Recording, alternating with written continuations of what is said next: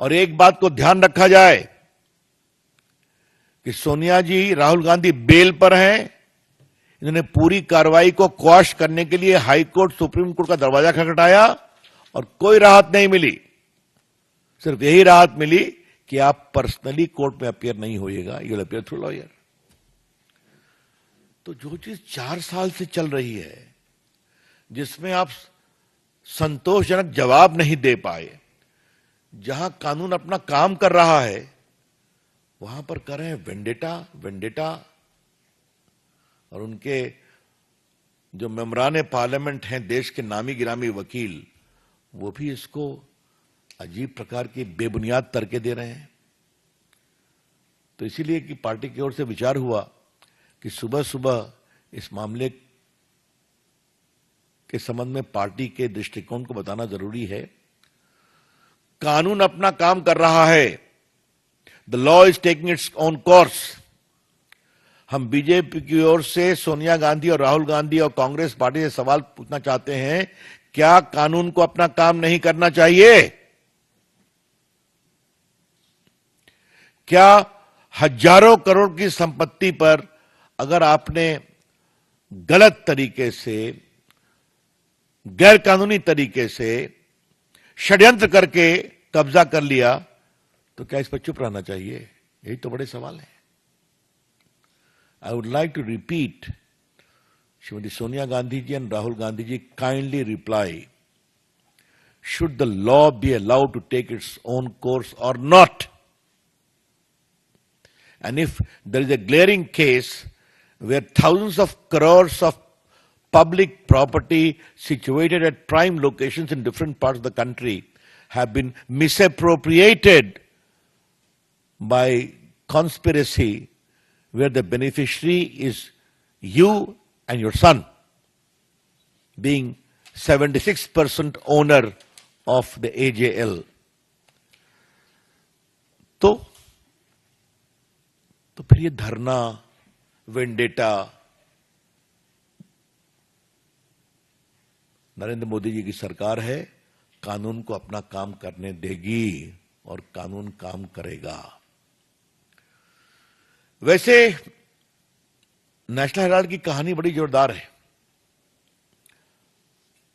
थोड़ा हम लोग की रिसर्च टीम रिसर्च कर रहे थे, तो सरदार पटेल ने कहा था कि जिस तरह के लोगों से पैसा लिया जा रहा है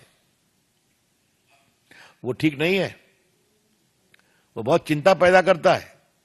ये लोग प्रामाणिक कांग्रेसी नेता थे और वो सारी चिट्ठियां हम लोग के पास हैं। मैं संजय से कहूंगा कभी आप लोग को दे देगा, नेहरू जी ने क्या कहा, सरदार पटेल ने क्या कहा। लेकिन और चंद्रभानु गुप्ता जो उत्तर प्रदेश के मुख्यमंत्री थे, उन्होंने भी पैसे इसके लिए बहुत इकट्ठा किए थे, बड़े नेता थे। कहा कि ये तो बना था देश की आवाज के लिए, इस नेहरू की और खानदान की आवाज बना दिया गया इस अखबार को। तो ये हम नहीं कह रहे, कांग्रेस के नेता कह रहे हैं, ये सब रिकॉर्ड पर है। क्या सरदार पटेल, क्या चंद्रभानु गुप्ता की आत्मकथा में। तो इसका अतीत, इसका वर्तमान। एक विषय में आपसे और कहना चाहूंगा, और ये जानना बहुत जरूरी है। इस देश में इतना मीडिया आ गया है, इतने अखबार आ गए हैं, इतने न्यूज चैनल आ गए हैं, फिर भी वो अखबार जिसके पीछे कांग्रेस पार्टी और उनकी सरकारों का पूरा आशीर्वाद है, वो चल क्यों नहीं पाया? ये सवाल है ना, क्यों नहीं चल पाया? तो ये अखबार चलाने के लिए नहीं था, ये अखबार विज्ञापन बटोरने और सरकार से संपत्ति लेकर बिल्डिंग खड़ा करने का एक इंस्ट्रूमेंट था। I repeat, today there are so many news channels in the country, so many newspapers in the country. All of them have picked up business and readership. A newspaper which has the protection, promotion and patronage of the entire Congress party and their government, why it could not at all flourish as a newspaper? The reply is very simple. It was after independence leased to be used as a proper newspaper more as a forum to collect advertisement and also ensure big property by government cooperation. यही सच्चाई है ना। और मैंने देखा है कि शायद इन लोग ने यंग इंडिया के में जब ट्रांसफर कराया फिर भी 25-26 करोड़ का विज्ञापन आया है। तो संजय बाबू कांग्रेस पार्टी से सीखना चाहिए नोट कमाने की तरीका। हाँ, इसमें कोई शक नहीं है, ओरिजिनल थिंकिंग चलती है। हाँ मतलब ये अंतिम बात मैं पीड़ा से कह रहा हूं, जो अखबार आजादी के आंदोलन में लड़ने वाले लोगों के आवाज को मजबूत करने का अखबार था, उसको आपने प्राइवेट व्यापार में बदल दिया। चलिए मैं संजय की बात भी रोचक, एटीएम बना दिया। Serious question. कांग्रेस पार्टी बहुत परेशान है, देश भर में धरना देने की बात कर रही है। धरना देने का अधिकार उनका है, लेकिन जमीन और फंड लूटने का अधिकार नहीं है उनका। On behalf of the BJP, I wish to clarify at the very outset that though Congress party surely has got the power to and the right to offer dharnas, but it does not extend to misappropriating public property given by the government to National Herald. ये समझना बहुत जरूरी है। मित्रों, आज थोड़ा recall value जरूरी है। नेशनल हेरल्ड 1937 में शुरू किया गया था। इसमें 5000 शेयर होल्डर्स थे जिन्होंने शेयर खरीदे उसके। तो ये नेहरू खानदान की जागीर कभी नहीं रही है, इस बात को समझना बहुत जरूरी है। और बड़े बड़े लोग जो फ्रीडम फाइटर थे, जो बाद में कांग्रेस के बड़े नेता भी बने, मुख्यमंत्री वगैरह बने, ये सबों ने उसमें सहयोग किया। 2008 में नेशनल हेरल्ड का पब्लिकेशन बंद हो गया क्योंकि वो चल नहीं पाया। उसके बाद कांग्रेस पार्टी ने नेशनल हेरल्ड को 90 करोड़ रुपया दिया था, एसोसिएटेड जर्नल लिमिटेड जो इसको पब्लिश करते थे।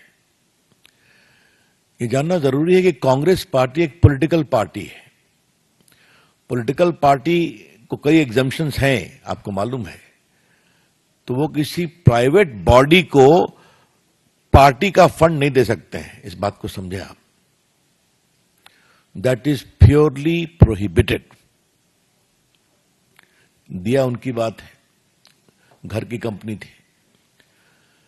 अब उसके बाद उसने कहा आपका लोन हम दे नहीं सकते।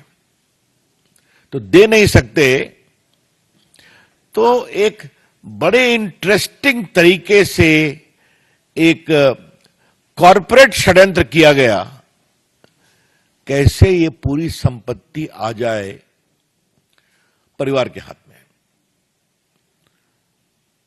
तो जो एक कंपनी बनाई गई यंग इंडिया कर करके, उसमें 38% शेयर सोनिया जी का, 38% राहुल जी का, और बाकी मोतीलाल वोरा और बाकी लोग का था, ऑस्कर फर्नांडिस वगैरह इस टाइप के लोग थे वहां पर। ये इक्विटी शेयर 9 करोड़ के पूरे शेयर इस यंग इंडिया कंपनी को ट्रांसफर कर दिए गए।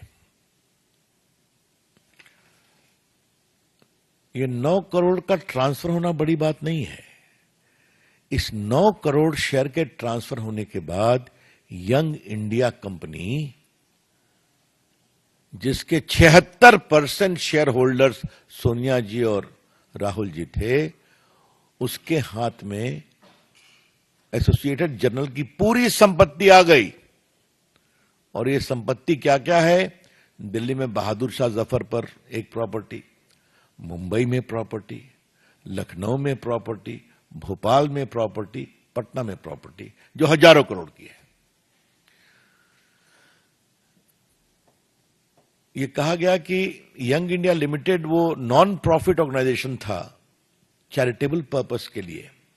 आज तक उन्होंने क्या चैरिटेबल पर्पस किया है कुछ पता नहीं है। इसके बाद एक प्राइवेट कंप्लेंट होता है, बाकी कार्रवाई होती है, फिर ईडी मामले का इन्वेस्टिगेशन करती है। यहां पर 3-4 चीजों को पार्टी के मंच से फैक्चुअली रिकॉल करना जरूरी है। ईडी ने कांग्रेस के वर्तमान अध्यक्ष मोतीलाल खरगे को भी इंट्रोगेट किया था, क्योंकि वही एकमात्र थे एम्प्लॉय, मोतीलाल वोरा, सॉरी। तो ये इस बात को समझना चाहिए कि वही एक एम्प्लॉय थे, अब तो नहीं रहे। Thank you Sanjay. उसके बाद पवन बंसल थे, उनको इंट्रोगेट किया। फिर सोनिया जी और राहुल गांधी को भी इंट्रोगेट किया कई घंटों तक। स्वाभाविक कोई जवाब नहीं था। और ये जो 90 करोड़ बकाया था, इसका हिसाब क्या किया जाएगा? तो 50 लाख रुपया दे दिया गया स्टेट जर्नल को, और सारा लोन राइट ऑफ हो गया नेशनल हेराल्ड को प्रकाशित करने वाली कंपनी का। एक बात है, कॉमर्स में इस परिवार का जवाब नहीं है। 50 लाख में 90 करोड़ की संपत्ति प्राप्त कर लेना, 90 करोड़ राइट ऑफ कर देना, और हजारों करोड़ की संपत्ति का मालिकाना हक प्राप्त कर लेना। और दूसरे एक सदस्य जो मेंबर हैं 3 करोड़ में जमीन खरीदते हैं हरियाणा में, और कमर्शियल यूज हो जाता है और 58 करोड़ रुपए में बेच देते हैं। तो ये तो इस देश को सीखना चाहिए कि ये जो गांधी मॉडल ऑफ डेवलपमेंट है, इसलिए मैं इसको गांधी मॉडल ऑफ डेवलपमेंट कह रहा हूं। गांधी जी नहीं, Gandhi model of development. Be very clear about it.